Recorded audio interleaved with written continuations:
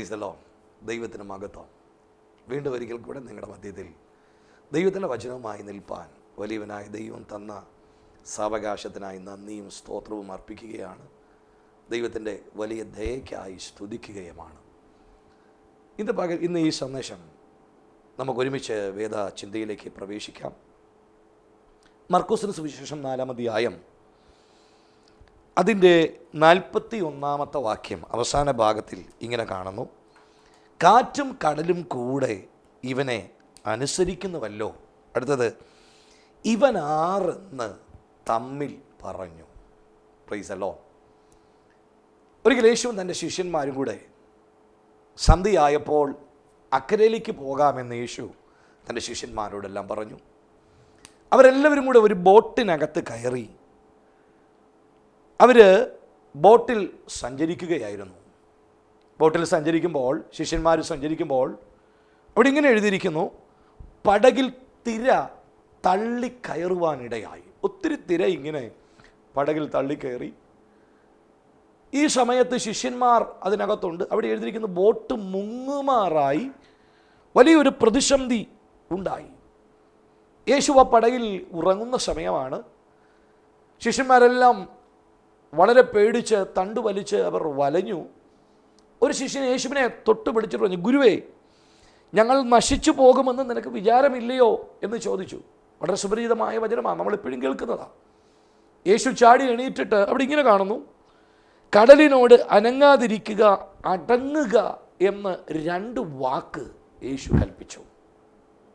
യേശു ഈ 2 വാക്ക് പറഞ്ഞപ്പോൾ അവിടെ എഴുതിയിരിക്കുന്നു: കാറ്റും കടലും അമർന്നു, വലിയ ശാന്തത ഉണ്ടായി.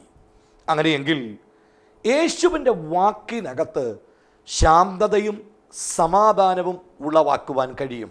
അങ്ങനെയെങ്കിൽ ഇന്ന് പകൽ അനങ്ങാതിരിക്കുക, അടങ്ങുക എന്ന 2 വാക്ക് നിങ്ങളെ നോക്കി കർത്താവ് പറഞ്ഞാൽ നിശ്ചയമായി നിങ്ങളുടെ കുടുംബത്തിനകത്ത്, നിങ്ങളുടെ ജീവിതത്തിൽ, നിങ്ങളുടെ ജോലി സ്ഥാപനങ്ങളിലൊക്കെ നിൽക്കുന്ന പ്രതിസന്ധിക്ക് ഇന്ന് പകൽ ഒരു ശാന്തതയുണ്ടാകുക തന്നെ ചെയ്യും.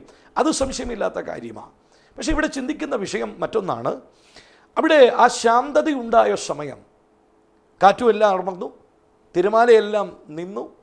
ഉടനെ ബോട്ടിലുണ്ടായിരുന്ന യേശുവിൻ്റെ ശിഷ്യന്മാരാ 12 പേര്. അവരന്യോന്യം പറയുന്ന ഒരു കാര്യമാണ്: കാറ്റും കടലും കൂടെ ഇവനെ അനുസരിക്കുന്നുവല്ലോ, ഇവൻ ആരെന്ന് അവർ തമ്മി ചോദിച്ചു. ഒന്നും കൂടെ പറയാം. 3.5 വർഷം കൂടെ നടന്ന ശിഷ്യന്മാർക്ക് പോലും ഇവൻ ആരാണെന്നുള്ള വെളിപ്പാട് കിട്ടിയിരുന്നില്ല. അവർ കൂടെ നടന്നു, അത്ഭുതങ്ങൾ കണ്ടു, രോഗസൗഖ്യങ്ങൾ കണ്ടു, മരിച്ചവർ എഴുന്നേൽക്കുന്നതൊക്കെ കണ്ടെങ്കിലും യേശു ആരാണെന്നുള്ള ഒരു വെളിപ്പാട് അവർക്കിന്ന് വരെയും ലഭിച്ചിരുന്നില്ല. ഇന്ന് ഞാൻ ഈ സന്ദേശം പറയുമ്പോൾ നമ്മുടെ ഇടയിലുമൊക്കെ നമ്മളോടും പലരും ചോദിക്കുന്ന ചോദ്യമാണ്: ഇവൻ ആരാ? ഈ യേശു ആരാ? നസറേത്തിൽ ജനിച്ച് യഹൂദനായ ഒരു മനുഷ്യൻ, അവൻ മരിച്ച്, അവൻ ക്രൂശിൽ പോലും മരിച്ചുപോയി, അവനെ പോലും രക്ഷിക്കാൻ അവന് കഴിഞ്ഞില്ല എന്നൊക്കെ പലരും നമ്മളോട് ചോദിക്കുമ്പോൾ ഇവൻ ആരാണെന്ന് പലരും നമ്മോട് ചോദിക്കുന്നുണ്ട്.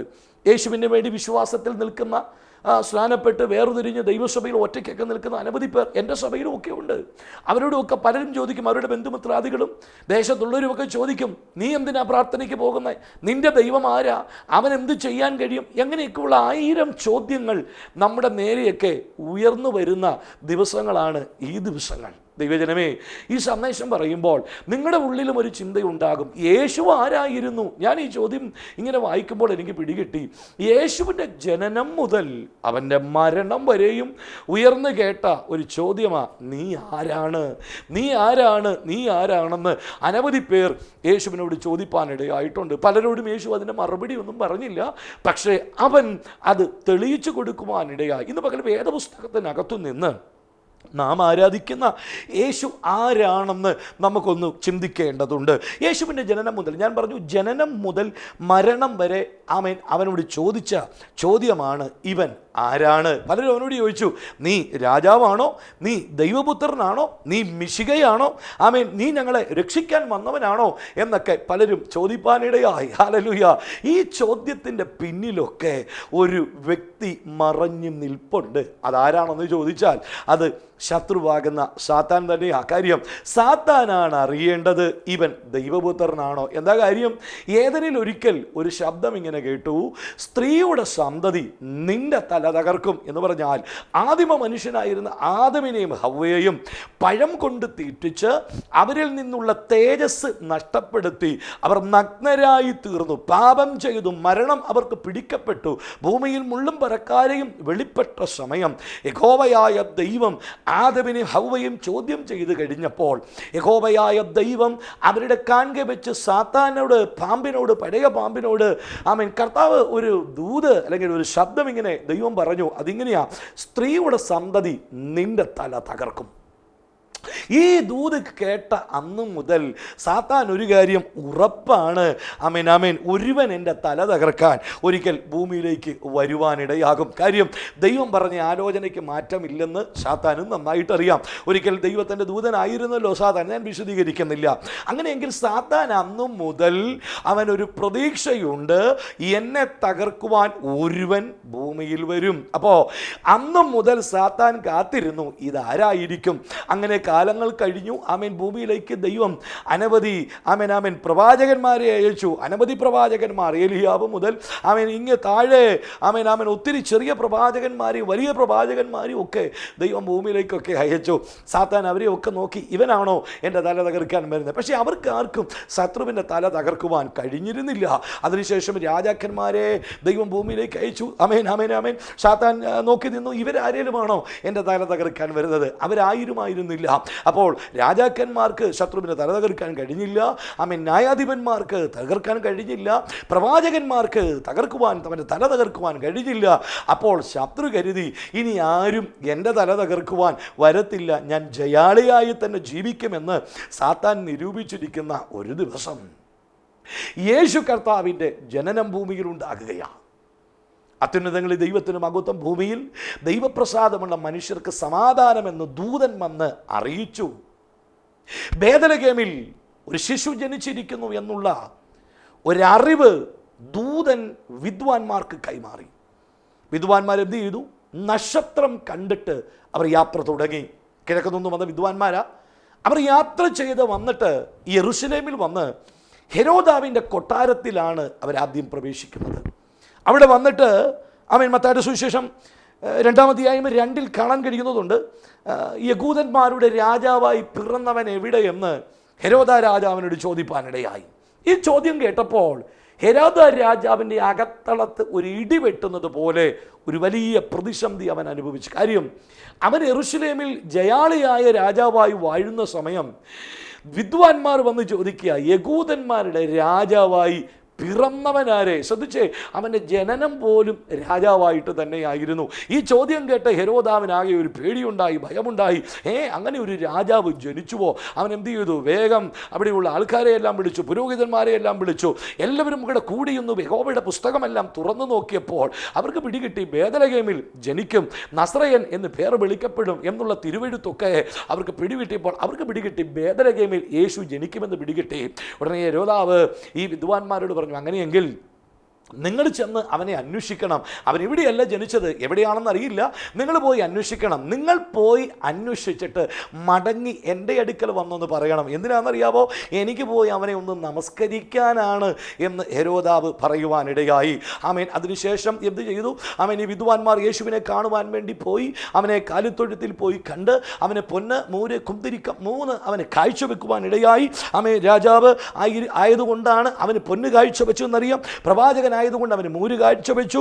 അവൻ പുരോഹിതനായതുകൊണ്ട് അവന് കുന്തിരിക്കവും കാഴ്ചവെച്ചു. അങ്ങനെ പൊന്ന്, മൂര്, കുന്തിരിക്കം കാഴ്ചവെച്ച് അവൻ രാജാവും പുരോഹിതനും പ്രവാചകനും ആണെന്ന് ആമേൻ അവിടെ തെളിയിക്കുകയുണ്ടായി. കുഞ്ഞിനെ പോയി അവർ കണ്ടു. അവിടെ കാണുമ്പോൾ ശീലകൾ പൊതിഞ്ഞ് ആമേൻ പുൽത്തൊട്ടിൽ കിടക്കുന്ന കുഞ്ഞിനെ അവർ കണ്ടു. അവിടെ എഴുതിയിരിക്കുന്നു, അവർ അവനെ നമസ്കരിച്ചു. യേശുവിനെ അവർ നമസ്കരിച്ച് അവരവിടെ നിന്ന് മടങ്ങിപ്പോകുമ്പോൾ ദൂതന്മാരവർക്ക് പ്രത്യക്ഷപ്പെട്ടിട്ട് പറഞ്ഞു, നിങ്ങൾ തിരിച്ച് ഹെരോദാവിൻ്റെ കൊട്ടാരത്തിൽ കൂടെ നിങ്ങൾ പോകരുത്. കാര്യം എന്തുവാ? നിങ്ങൾ അതിലേ പോയാൽ അവിടെ സംഭവിക്കുന്നത് ആമേൻ, ഹെരോദാവ് കുഞ്ഞിനെ കൊന്നുകളയും. ആമേൻ. അതുകൊണ്ട് നിങ്ങൾ എവിടെയാണ് യേശു ഉള്ളതെന്ന് പറയരുതെന്ന് ആമേൻ അവർ പറയുവാനിടയായി. അപ്പോൾ എനിക്കവിടെ പിടികിട്ടിയ ഒരു കാര്യമുണ്ട്. ഹെരോദാവ് ആ കുഞ്ഞിനെ കൊല്ലുവാൻ കാര്യം എന്താണെന്ന് ചോദിച്ചാൽ അതിൻ്റെ കാര്യം ഒന്നേ ഉള്ളൂ.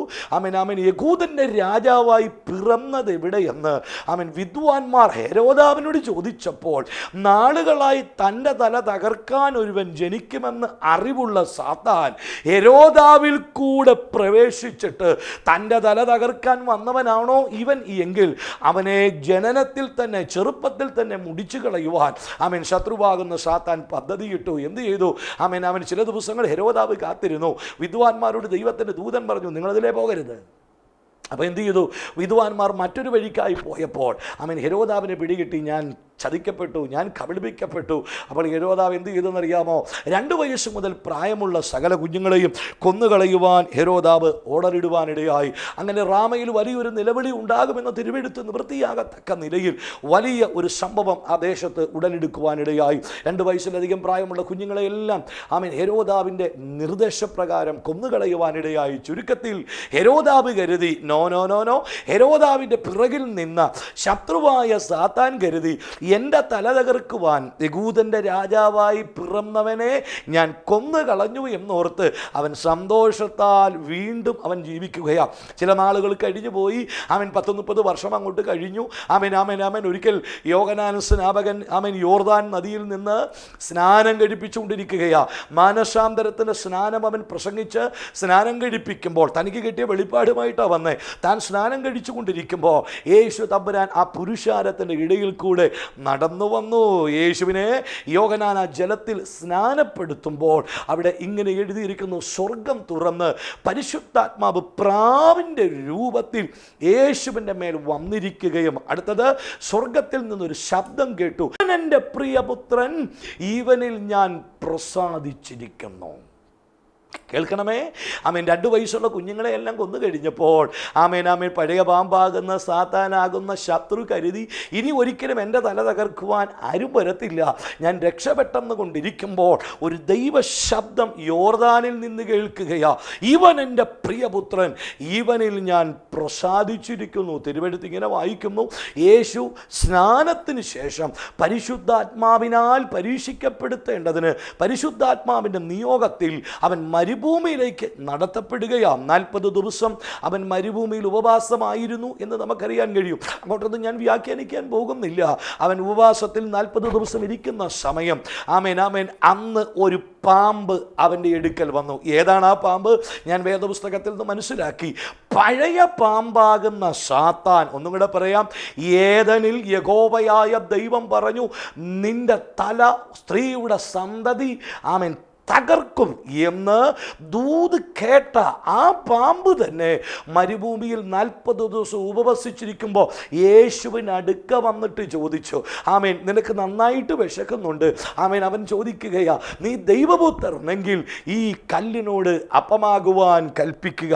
അടുത്തത് അവൻ എന്ത് ചെയ്തു? യേശുവിനെ വലിയൊരു ഉയരത്തിൽ കൊണ്ടു ചെന്നിട്ട് പറഞ്ഞു, നീ ദൈവപുത്രനെങ്കിൽ ഇവിടുന്ന് എടുത്ത് ചാടുക, നിന്റെ കാല് കല്ലിൽ തട്ടിപ്പോകാതിരിക്കേണ്ടതിന് അവൻ നിന്റെ ദൂതന്മാരോട് കൽപ്പിക്കും, നീ ധൈര്യമായിട്ട് ചാടിക്കോ എന്ന് പറഞ്ഞു. വീണ്ടും പറഞ്ഞു, വീണ് നീ എന്നെ നമസ്കരിക്കുകയാണെങ്കിൽ നൊടിയുടെ നേരത്തിലെല്ലാം കാണിച്ചിട്ട് പറഞ്ഞു, ഇതെല്ലാം ഞാൻ നിനക്ക് തരാം.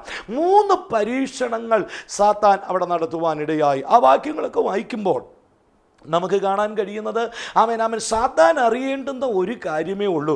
അവൻ ഇങ്ങനെയാണ് ചോദിച്ചത്, നീ ദൈവപുത്രനാണെങ്കിൽ ഈ കല്ലിനോട് അപ്പമാകാൻ കൽപ്പിക്കുക. അതിനർത്ഥം സാത്താൻ അറിയേണ്ടത് യേശുവിന് വിശപ്പോ കല്ല് അപ്പമാകുമോ ഇതൊന്നുമല്ല അറിയേണ്ടത്, നീ ദൈവപുത്രനാണോ. അപ്പോൾ സാത്താൻ അന്ന് അവനോട് ചോദിച്ചു, നീ ദൈവപുത്രനാണോ? ഇവൻ ആര്? ചുരുക്കത്തിൽ അവൻ്റെ ജനനം മുതൽ അവൻ്റെ പരസ്യ ശുശ്രൂഷ മുതൽ അവനോട് പലരും ചോദിച്ചു, നീ ദൈവപുത്രനാണോ? യഹൂദന്റെ രാജാവാണോ? ആ ചോദിച്ചതാരും മനുഷ്യരായിരുന്നില്ല. അവരുടെ എല്ലാം പിന്നിൽ നിന്ന് ഒരു സാത്താന്യ ശക്തി ഉണ്ടായിരുന്നു. എന്തിനായിരുന്നു? എൻ്റെ തല തകർക്കുവാൻ വരുന്നവനാണോ എന്ന് സാത്താൻ അറിയേണ്ടതിന് സാത്താൻ എന്ത് ചെയ്തു? പലപ്പോഴും പലരെ കൊണ്ട് ഈ ചോദ്യം ചോദിപ്പാനിടയായി.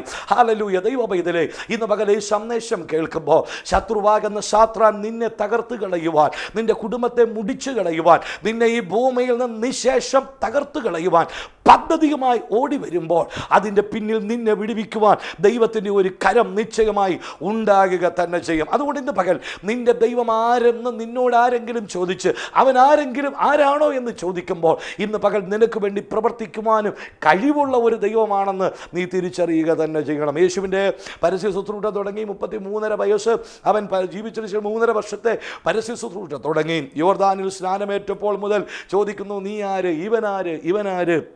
യേശുവിൻ്റെ പരസ്യ ശുശ്രൂഷയിൽ അനവധി യഹൂദന്മാർ അവനോട് ചോദിച്ചു, നീ യഹൂദൻ്റെ രാജാവാണോ? നീ മശിഹയാണോ? നീ ദൈവപുത്രനാണോ? പലരും അവനോട് ചോദിച്ചു, നീ ആരാ? എല്ലാവരും ചോദിച്ച കൂട്ടത്തിൽ യേശുവിൻ്റെ കൂടെ ഉണ്ടായിരുന്ന ശിഷ്യന്മാരോട് പലരും വന്ന് ചോദിച്ചു, ഇവൻ ആരാന്ന് നിങ്ങൾക്കറിയാമോ? പത്രോസിനൊക്കെ വെളിപ്പാടുകൊണ്ട് ജീവിക്കുന്ന പുത്രത്തിന് ദൈവനായ ക്രിസ്തു, ദൈവമായിരിക്കുന്ന ദൈവത്തിൻ്റെ പുത്രനായ ക്രിസ്തു എന്നൊക്കെ വെളിപ്പാട് കിട്ടിയെങ്കിലും അതൊന്നും പറയാൻ തക്ക സമയത്തിന് അവർക്ക് കഴിഞ്ഞില്ല. പലപ്പോഴും ഈ ചോദ്യത്തിന് മുമ്പിൽ അവർ പോലും പതറി നിൽക്കുകയാണ്. കാര്യം പലരും അവരോട് ചോദിച്ചു, ഇവൻ ദൈവപുത്രനാണോ? ഇവൻ ആരാണ്? ശിഷ്യന്മാർക്ക് പോലും അതിനൊരു ഉത്തരം പറയാൻ കഴിയാതെ ഇരുന്നത് കൊണ്ടും അവരുടെ ഉള്ളിലും ഇങ്ങനെ ഒരു ശങ്കയുള്ളതും കൊണ്ടാണ് അവർ ഈ ബോട്ടിനകത്തിരുന്ന് കാറ്റും കടലിനെയും ശാസിച്ചപ്പോഴും അത് അനങ്ങാതിരുന്നപ്പോഴും ശിഷ്യന്മാർ തമ്മിൽ പറയുക, ഇവൻ ആരാണ് എന്നുള്ള ചോദ്യം ഇവരുടെ അകത്തളങ്ങളിൽ ഉണ്ടാകുവാനിട. ഇന്ന് പകൽക്കാലം ദൈവ പൈതലെ പലരും നമ്മോട് ചോദിക്കുന്നുണ്ട്, യേശുവാരാണ്? ഇവനാരാണ്? ഞാൻ ഇന്ന് പകൽ വിളിച്ചു പറയാം, അവൻ ദൈവപുത്രനാകുന്ന ക്രിസ്തുവ. ഇച്ചിരി കൂടെ വെളിപ്പെടുത്തിയാൽ ഒരു വാക്യം നിങ്ങളുടെ മുമ്പിൽ വായിച്ചു കാണിക്കേണ്ടതുണ്ട്. അതിനുവേണ്ടി നമുക്കൊരു വാക്യം വേഗത്തിൽ എടുക്കാം. യെശയ്യാ പ്രവാചകന്റെ പുസ്തകം 9-ാം അധ്യായം അതിൻ്റെ 5-6 വാക്യങ്ങൾ വായിക്കുമ്പോൾ ഇങ്ങനെ കാണാൻ കഴിയുന്നുണ്ട്. 5-ാമത്തെ വാക്യത്തിൽ, ഒച്ചയോടെ ചവിട്ടി നടക്കുന്ന യോദാവിൻ്റെ ചെരുപ്പൊക്കെയും രക്തം പുരണ്ട വസ്ത്രം വിറക് പോലെ തീക്ക് ഇരയാക്കി തീർക്കും എന്ന് പറഞ്ഞിട്ട് അടുത്ത ഭാഗം പറയുക, നമുക്കൊരു ശിശു ജനിച്ചിരിക്കുന്നു, നമുക്കൊരു മകൻ നൽകപ്പെട്ടിരിക്കുന്നു, അവൻ അത്ഭുത മന്ത്രി, ആധിപത്യം അവൻ്റെ തോളിലിരിക്കും, അവൻ അത്ഭുത മന്ത്രി, വീരനാം ദൈവം, നിത്യ പിതാവ്. Praise the Lord. യെശയ്യാവിനൊരു വെളിപ്പാട് കിട്ടി. അവൻ എഴുതുകയാ, നമുക്കൊരു ശിശു ജനിച്ചിരിക്കുന്നു. ആ ശിശു ജനിച്ചിരിക്കുന്നു എന്ന് പറയുന്നതിന് മുമ്പ് യെശയ്യാ ഒരു കാര്യം പറയുന്നു. അതാണ് ശ്രദ്ധിക്കേണ്ടത്. ഒച്ചയോടെ ചവിട്ടി നടക്കുന്ന യോദാവിൻ്റെ ചെരുപ്പൊക്കെയും രക്തം പുരണ്ട വസ്ത്രവും വിറക് പോലെ തീക്കും ഇരയാകും. യെശയ്യാ പറയുന്നു, ഒച്ചയോടെ ചവിട്ടി നടക്കുന്ന ഒരു യോദാവ്, അവൻ്റെ വസ്ത്രം മുഴുവൻ രക്തമാകും, ചെരുപ്പ് മുഴുവൻ വിറക് പോലെ രക്തമായി തീരുമെന്നുമൊക്കെ പ്രവചിക്കുകയാണ്. ആരാണ് ഈ ഒച്ചയോടെ ചവിട്ടി നടക്കുന്നത്? വേദപുസ്തകത്തിൽ ഒച്ചയോടെ ചവിട്ടി നടന്നത് ഒരുവനേ ഉള്ളൂ. അത് യഹോവയായ ദൈവമത്രേ. വെയിലാറിയപ്പോൾ ആദമും ഹവ്വയും പാപം ചെയ്ത് അവർ വൃക്ഷത്തിന് ചവിട്ടിൽ ഒളിച്ചിരിക്കുമ്പോൾ യഹോവയായ ദൈവം നിലത്ത് ഒച്ചയോടെ ചവിട്ടി നടന്നു വന്നു. ഇത് വെളിപ്പാടിൽ നിന്ന് മനസ്സിലാകേണ്ടത്, യെശയ്യാവ് ഏദനിൽ നിന്നൊരു വചനമെടുത്ത് വെളിപ്പാടെടുത്തുകൊണ്ട് അവൻ എഴുതുകയാ, ഒച്ചയോടുകൂടെ നടന്ന ഒരു യോദ്ധാവ് ഭൂമിയിൽ വരും. ആരാണ് ആ വരുന്ന യോദ്ധാവ്? ആ യോദ്ധാവിനെ പറ്റി വിശദീകരിക്കുവാൻ യെശയ്യാവ് 2-ാമതിൽ പറയുന്നു, അത് നമുക്കൊരു ശിശുവായി ജനിച്ചിരിക്കുന്നു. അടുത്തത് പറയുന്നു, നമുക്കൊരു ശിശു ജനിച്ചിരിക്കുന്നു. ജനിക്കുമെന്നല്ല പറഞ്ഞ് ജനിച്ചിരിക്കുന്നു എന്ന് പറഞ്ഞാൽ ഒച്ചയോടുകൂടെ നടന്ന യോദ്ധാവ് ഒരു ശിശുവായി ജനിച്ചിരിക്കുന്നു. എന്ന് ജനിച്ചു? 2000 വർഷങ്ങൾക്ക് മുമ്പല്ല, ലോകസ്ഥാപനത്തിന് മുമ്പേ അവൻ ഉണ്ടായിരുന്നു. വേദപുസ്തകം പറയുന്നു, നമുക്കൊരു മകൻ നൽകപ്പെട്ടിരിക്കുന്നു. യേശുവിൻ്റെ ജനനത്തിന് മുമ്പേ പ്രവാചകൻ വിളിച്ചു പറയുക, ഒരു ശിശു നമുക്ക് ജനിച്ചിരിക്കുന്നു, ഒരു മകൻ നൽകപ്പെട്ടിരിക്കുന്നു. എന്നിട്ട് പറയുക, മകൻ ആരാണെന്നറിയാമോ? ആധിപത്യം അവൻ്റെ തോളിലിരിക്കും. അടുത്തത്, അവൻ അത്ഭുത മന്ത്രി, വീരനാം ദൈവം. അടുത്തത്, നിത്യ പിതാവ്. നിങ്ങൾ ശ്രദ്ധിക്കുന്നുണ്ടോ? യെശയ്യാവ് പറഞ്ഞ ഭാഗങ്ങളിൽ നിന്ന് 2 ഭാഗം നമുക്ക് വേഗത്തിലെടുക്കാം. നമുക്കൊരു ശിശു ജനിച്ചിരിക്കുന്നു, നമുക്കൊരു മകൻ ജനിച്ചിരിക്കുന്നു. ഇടയ്ക്കത്തെ എല്ലാം വിട്ടിട്ട് അതിൻ്റെ അവസാനത്തിൽ ഇങ്ങനെ പറയുന്നു, ആ മകൻ അത്ഭുത മന്ത്രി മാത്രമല്ല, അവൻ ആരാന്നറിയാവോ? പിതാവ്. എത്ര പേർക്ക് മനസ്സിലാകുന്നുണ്ട് ഞാൻ പറഞ്ഞതിൻ്റെ സാരം? ഇത്രയേ ഉള്ളൂ. ഒച്ചയോടെ നടന്ന യോദ്ധാവ് ഒരു ശിശുവായി ഭൂമിയിൽ ജനിച്ചു. എന്നാൽ 2000 വർഷങ്ങൾക്ക് മുമ്പ് വേദപുസ്തകം പറയുന്നു, ആ ശിശു ജനിക്കുന്നതിന് മുമ്പേ പ്രവാചകൻ എഴുതുകയാ, ആ ശിശു ജനിച്ചതല്ല, അവൻ ജനിച്ചിരിക്കുന്നു. അവൻ ആരാന്നറിയാമോ? അവൻ നിത്യ പിതാവാണ്. ഒന്നും കൂടെ പറയാം, ദൈവമായിരിക്കുന്നവൻ. ഫിലിപ്പിയ ലേഖനം 2-ാം അധ്യായത്തിൽ പറയുന്നു, തൻ്റെ ദൈവത്വം മുറുകെ പിടിച്ചു കൊള്ളണം എന്ന് വിചാരിക്കാതെ ദാസരൂപമെടുത്തു വേഷത്തിൽ മനുഷ്യനായി ക്രൂശ് മരണത്തോളം ഏൽപ്പിച്ചു കൊടുത്ത നസ്രയനായ യേശു, അവൻ ആരാന്നറിയാവോ?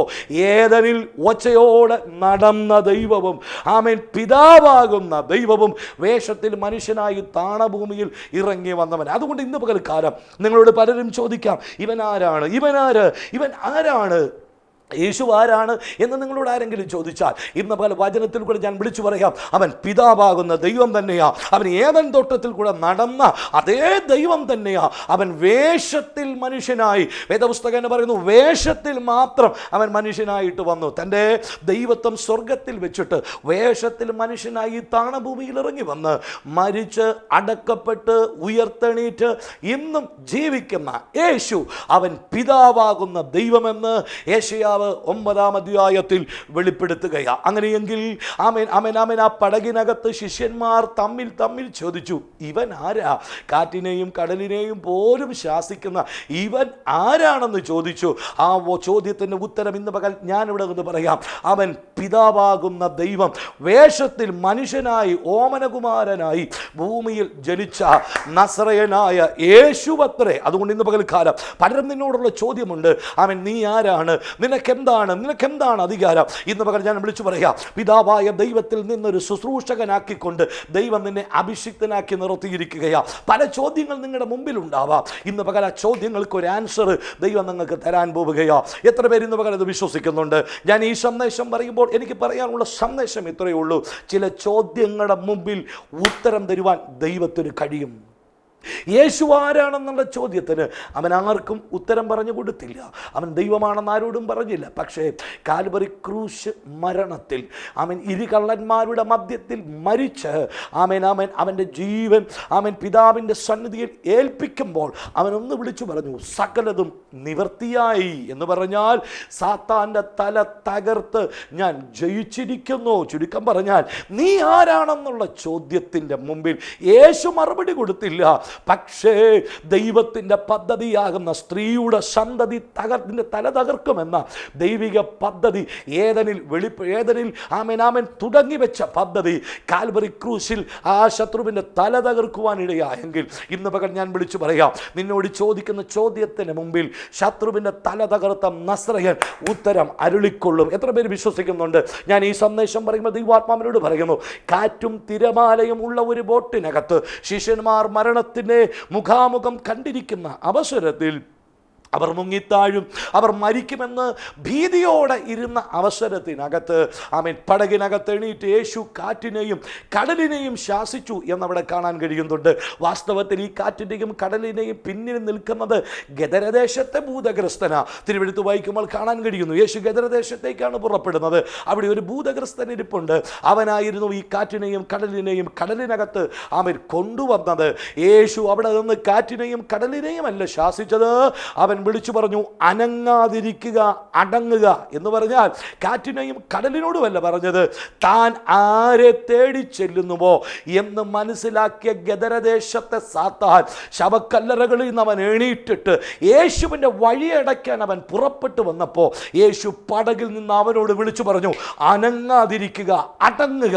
ആമേൻ. അതിനർത്ഥം ഞാൻ നിന്റെ അടുക്കിലേക്ക് തന്നെയാണ് വരുന്നത്, നീ അനങ്ങാതിരിക്കാൻ യേശു പറഞ്ഞെങ്കിൽ ഇന്ന് പകൽ ഞാൻ ഈ സന്ദേശം പറയുമ്പോൾ നിന്റെ വീടിനകത്ത് നാളുകളായി എണീറ്റ് നിൽക്കുന്ന ചില പ്രതിസന്ധികളെ നോക്കി യേശു ഇന്ന് പകൽ അനങ്ങാതിരിക്കാൻ കൽപ്പിക്കാൻ പോവുകയാണ്. ദൈവമക്കളെ, ഞാൻ നിങ്ങളോട് വിളിച്ചു പറയാം, നമ്മുടെ ജീവിതത്തിനകത്തുണ്ടാകുന്ന പ്രതിസന്ധികളുടെ എല്ലാം പിന്നിൽ ഏത് കാറ്റിൻ്റെ പിന്നിലും ഏത് കോളിൻ്റെ പിന്നിലും ഒരു സാത്താനി മണ്ഡലം മറഞ്ഞിരിപ്പുണ്ട്. ഇന്ന് പകൽ ആ ശക്തി തകർത്ത് കളയുവാൻ ദൈവമാകുന്നവൻ വേഷത്തിൽ മനുഷ്യനായ യേശുവിൻ്റെ കരം ഇന്ന് പകൽ നിങ്ങളുടെ വീടിനകത്ത് ചലിക്കാൻ പോവുകയാണ്. നസ്രയനായ യേശുവിൻ്റെ നാമത്തിൽ ഈ കുടുംബങ്ങളിൽ നിൽക്കുന്ന കാറ്റിനെയും തിരമാലയെയും അതിൻ്റെ കാരണഭൂതനായ സാത്താനെയും യേശുവിൻ്റെ നാമത്തിൽ ഞാൻ ശാസിക്കുകയാണ്. പല കുടുംബങ്ങൾക്കകത്ത് സമാധാനമില്ലാതെ തകർന്ന് തരിപ്പണമാകുമ്പോൾ ഞങ്ങൾക്ക് പ്രാർത്ഥിക്കുമ്പോൾ കണ്ടിട്ടുണ്ട് അനേക ഡെവിൾ സ്പിരിറ്റുകൾ, സാത്താന്യ ശക്തികൾ അവരുടെ കുടുംബങ്ങളിൽ നിന്നും ശരീരങ്ങളിൽ നിന്നും അഴിഞ്ഞു മാറുന്നത്. അത് എത്ര പേര് വിശ്വസിക്കുന്നുണ്ട്? അങ്ങനെയെങ്കിൽ നിന്റെ ജീവിതത്തിനകത്ത് നിന്റെ കുടുംബത്തെ തകർക്കുന്ന, ഭാര്യ ഭർത്തൃ ബന്ധ ജീവിതത്തിനകത്ത് കലക്കമിടുന്ന, കുടുംബത്തിൽ സ്വസ്ഥതയില്ലാതെ സമാധാനമില്ലാതെ രോഗമിട്ട് നിനക്കെതിരെ വാദിക്കുന്ന ചില പൈശാചിക ബാധകളെ ഇന്ന് പകൽ അധികാരമുള്ള നസ്രയൻ ശാസിക്കുന്ന പകലായി മാറാൻ പോവുകയാണ്. എത്ര പേര് ഏൽപ്പിച്ചു കൊടുക്കുന്നുണ്ട്? ഈ പറയുന്ന സമയത്ത് തന്നെ നിങ്ങൾ എൻ്റെ കൂടെ ചേർന്നൊന്ന് പ്രാർത്ഥിക്കാമോ? ഞാൻ ഈ സന്ദേശം പറയുമ്പോൾ ദൈവനോട് പറയുന്നു, അനങ്ങാതെ ഇരിക്കുക, അടങ്ങുക എന്ന 2 വാക്ക് പറഞ്ഞപ്പോൾ കാറ്റും തിരമാലയും പോലും അതിന് പിന്നിൽ നിന്ന് സാത്താന്യ വർഗവും അടങ്ങിയെങ്കിൽ നിശ്ചയമായി നിങ്ങളുടെ കൂടാരത്തിനകത്ത് നാളുകളായി നിങ്ങളെ തകർക്കുന്ന ചില അന്ധകാര മണ്ഡലത്തെ നസ്രയൻ ഇന്ന് പകൽ കൈക്കീഴിൽ ആമേൻ ഒടുക്കുവാൻ പോവുകയാ. വിശ്വസിച്ച് എൻ്റെ കൂടെ ഒന്ന് പ്രാർത്ഥിക്കാമോ? ദൈവ പൈതലേ, വിശ്വസിച്ച് എൻ്റെ കൂടെ ഒന്ന് കണ്ണടച്ച് പ്രാർത്ഥിക്കാമോ? നിശ്ചയമായി ദൈവം നിങ്ങളെ അനുഗ്രഹിക്കുക തന്നെ ചെയ്യും. അത്ഭുത മന്ത്രി, വീരനാം ദൈവം, നിത്യപിതാവാകുന്ന യേശു കർത്താവ് ഇന്ന് പകൽ നിന്റെ വീടിനകത്ത് ചില കാറ്റുകളെ ശാന്തമാക്കാൻ പോവുകയാണ്. ആമേൻ. കടഭാരമെന്ന കാറ്റിനെ, രോഗമെന്ന തിരമാലയെ, പ്രതികൂലമെന്ന കാറ്റിനെ, പ്രതിസന്ധി എന്ന തിരമാലയെ ഇന്ന് പകൽ അടക്കുവാൻ ദൈവത്തിന് കഴിയും. ഒരു നിമിഷം കണ്ണുകൾ അടയ്ക്കാമോ? ഞാൻ ഈ സന്ദേശം പറയുമ്പോൾ തന്നെ ചില കുടുംബങ്ങൾക്കകത്തേക്ക് ദൈവത്തിൻ്റെ ശക്തി ഇറങ്ങി വരട്ടെ. യേശുവിൻ്റെ നാമത്തിൽ ഞങ്ങൾ ഒരുമിച്ച് കർത്താവെ പ്രാർത്ഥിക്കുന്നു. നാളുകളായി ചില ഭവനങ്ങൾക്കകത്ത് ആമേൻ വീശി അടിക്കുന്ന ചില തിരമാലകളെ, ചില കാറ്റുകളെ ഇപ്പോൾ നസ്രയനായ യേശുവിൻ്റെ നാമത്തിൽ അതിന് പിന്നിൽ വ്യാപരിക്കുന്ന ചില ഡെവിൾ സ്പിരിറ്റുകളെ ഞാൻ യേശുവിൻ്റെ നാമത്തിൽ ശാസിക്കുകയാണ്. ആമേൻ. കുടുംബങ്ങളിൽ സമാധാനമില്ലാതെ, ആമേൻ ആമേൻ ആമേൻ ദേശത്ത് സമാധാനമില്ലാതെ വ്യാപരിക്കുന്ന ചില അന്ധകാര മണ്ഡലങ്ങളെ നസ്രയനായ യേശുവിൻ്റെ നാമത്തിൽ ഈ പകലിൽ ഞാൻ ശാസിക്കുകയാണ്.